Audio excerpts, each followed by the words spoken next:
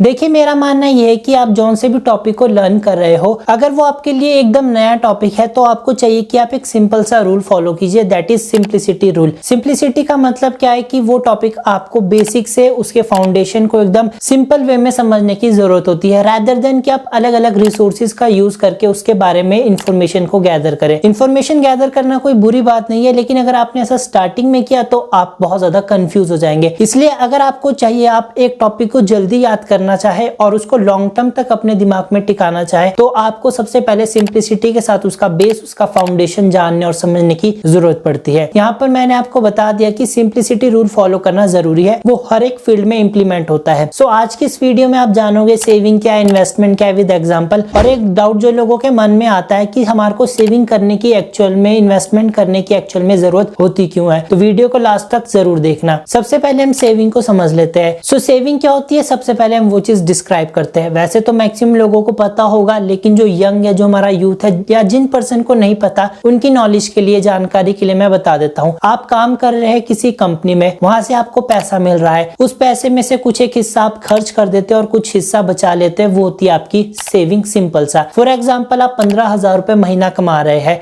उसमें से 10,000 रुपए आपने खर्च कर दिए, 5,000 रुपए एट दी मंथ आपने बचा लिए। वो आपके हाथ में हो सकते हैं, आपके लिक्विड फॉर्म में हो सकते हो, या फिर बैंक में सेविंग अकाउंट में हो सकता है, वो ही आपकी सेविंग करना आज के टाइम पर बहुत ज्यादा जरूरी है, क्योंकि इमरजेंसी सिचुएशन कभी भी किसी भी पर्सन की लाइफ में आ सकती है। तो उस इमरजेंसी सिचुएशन से हम डील कैसे करेंगे, ये चीज इस बात पर भी डिपेंड करती है कि आपके पास कितना पैसा है। अगर आपके पास उस टाइम प्रॉपर सेविंग होगी तो आपकी जो इमरजेंसी सिचुएशन है उससे आप ठीक प्रकार से डील कर पाएंगे, आपके ऊपर ज्यादा बर्डन नहीं आएगा, प्रेशर नहीं आएगा, आप एकदम काम रहकर अपने घर को भी रन कर पाएंगे। बाकी इस वीडियो में हम फिलहाल इतना ही समझ लेते हैं। अब यहाँ पर बात करते हैं इन्वेस्टमेंट्स की। इन्वेस्टमेंट सबसे पहले तो मैं बता देता हूँ कि होता क्या है। लोगों के लिए कुछ एक डाउट होते हैं मन में कि इन्वेस्टमेंट करने के लिए ह्यूज अमाउंट की जरूरत पड़ती है, इन्वेस्टमेंट के लिए अलग से पैसे निकाल कर रखने की जरूरत होती है, विच इज रॉन्ग। जब मैं ये चीज सीख रहा था तो मेरे दिमाग में भी यही डाउट आए थे, लेकिन मैंने जब इसको सिंप्लिसिटी के साथ समझा तब मेरे को ये चीज पता चली जो मैं अब आपको बताने वाला हूँ। अब सेविंग करने के बाद यहाँ पर नेक्स्ट स्टेप आता है इन्वेस्टमेंट। पहले ही बता देता हूँ कि जो पैसा आपने सेव किया वो आपकी सेविंग है, लेकिन उस सेविंग का जो आपने कुछ एक हिस्सा इन्वेस्ट किया, कहीं पर भी आप इन्वेस्ट कर सकते हो, म्यूचुअल फंड में इन्वेस्ट कर सकते हो, शेयर मार्केट में इन्वेस्ट कर सकते हो, गोल्ड में इन्वेस्ट कर सकते हो, इनफैक्ट आप ज्वेलर के पास जाकर आरडी करा सकते हो, एफडी करा सकते हो,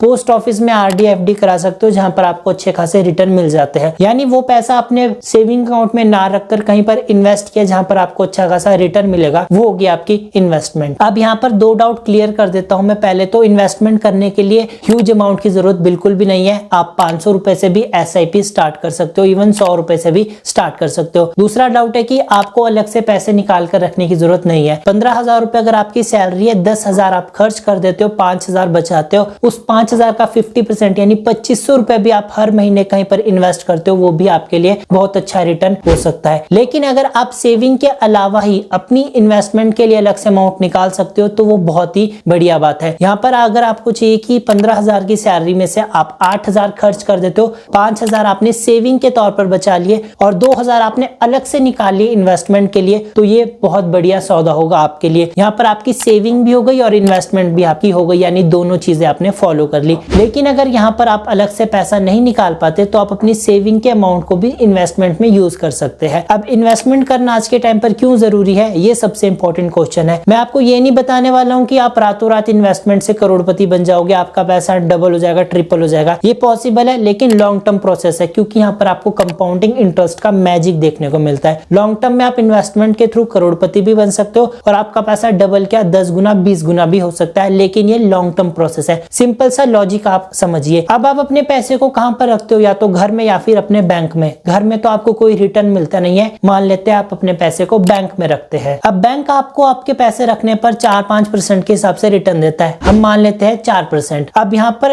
इंटरेस्ट जो आपको मिल रहा है उसके अलावा भी एक चीज होती है, वो होती है हमारी इन्फ्लेशन रेट यानी महंगाई। महंगाई किस दर से चली हुई है, ये सबसे इंपॉर्टेंट क्वेश्चन है। अब मान लेते हैं फॉर एग्जांपल इंडिया में जो इन्फ्लेशन रेट है वो 6% के आसपास चला हुआ है। अब जो पैसा आपने बैंक में रखा उस पर आपको 4% रिटर्न कहां से मिल रहा है, क्योंकि बैंक ने वो पैसा कहीं और कंपनी में, बिजनेस में इन्वेस्ट किया, वहां से उसको रिटर्न मिला, बैंक ने अपना हिस्सा कमीशन रखा और आपको 4% का रिटर्न दे दिया। अब इन्फ्लेशन रेट है 6%, तो यहाँ पर 4 -6, तो आपके हाथ में कितना आया -2, यानी जो 2% आया वो नेगेटिव में आया। इट मींस टेक्निकली देखा जाए आपका पैसा बैंक में भी -2% के साथ डिक्रीज हो रहा है। अब बात करते हैं इन्वेस्टमेंट करना क्यों जरूरी है। मान लेते हैं आपने कहीं पर पैसा इन्वेस्ट किया, मान लेते हैं म्यूचुअल फंड, वहां पर आपको मिल रहा है एक साल में 8% का रिटर्न और इन्फ्लेशन रेट चली हुई है 6%, तो 6 - 8 = 2% और यह है पॉजिटिव में, यानी आपका पैसा इन्वेस्टमेंट के करने के बाद 2% के साथ इंक्रीज हो रहा है। अब यहाँ पर सवाल आता है कि हमारे को इन्वेस्टमेंट म्यूचुअल फंड में करनी चाहिए, शेयर मार्केट में करनी चाहिए, गोल्ड में करनी चाहिए या कहाँ करनी चाहिए। तो लॉजिक मैंने आपको बता दिया है। एक और चीज मैं आपको बता देता हूँ कि अगर आपका जो ROI यानी रिटर्न ऑन इन्वेस्टमेंट आपका इन्फ्लेशन रेट से ज्यादा कहीं पर मिल रहा है तो वहां पर आपका पैसा ग्रो हो रहा है। इसका क्या मतलब है, मान लेते हैं कि आपने अपना पैसा कहीं इन्वेस्ट ना करके बैंक में ही रखा है, FD करा दी है कोई, उस FD पर आपको 7% का रिटर्न मिल रहा है और इन्फ्लेशन रेट है 6%, तो यहाँ पर आपका पैसा 1% के साथ ग्रो हो रहा है। इट मींस यहाँ पर सिंपल सा आपको ये देखना है कि जहां पर भी आपने अपना पैसा इन्वेस्ट किया या सेविंग के तौर पर रखा है, वहां पर जो आपको रिटर्न मिल रहा है वो इन्फ्लेशन रेट से ज्यादा है या कम है। अगर वो इन्फ्लेशन रेट से ज्यादा है तो आपका पैसा वहां पर भी ग्रो हो जाएगा। लेकिन आपने ऐसी जगह पैसा इन्वेस्ट कर दिया जहां पर रिटर्न आपको इन्फ्लेशन रेट से कम मिल रहा है, मान लो 5%, तो आपका पैसा इन्वेस्टमेंट में भी बढ़ने के बजाय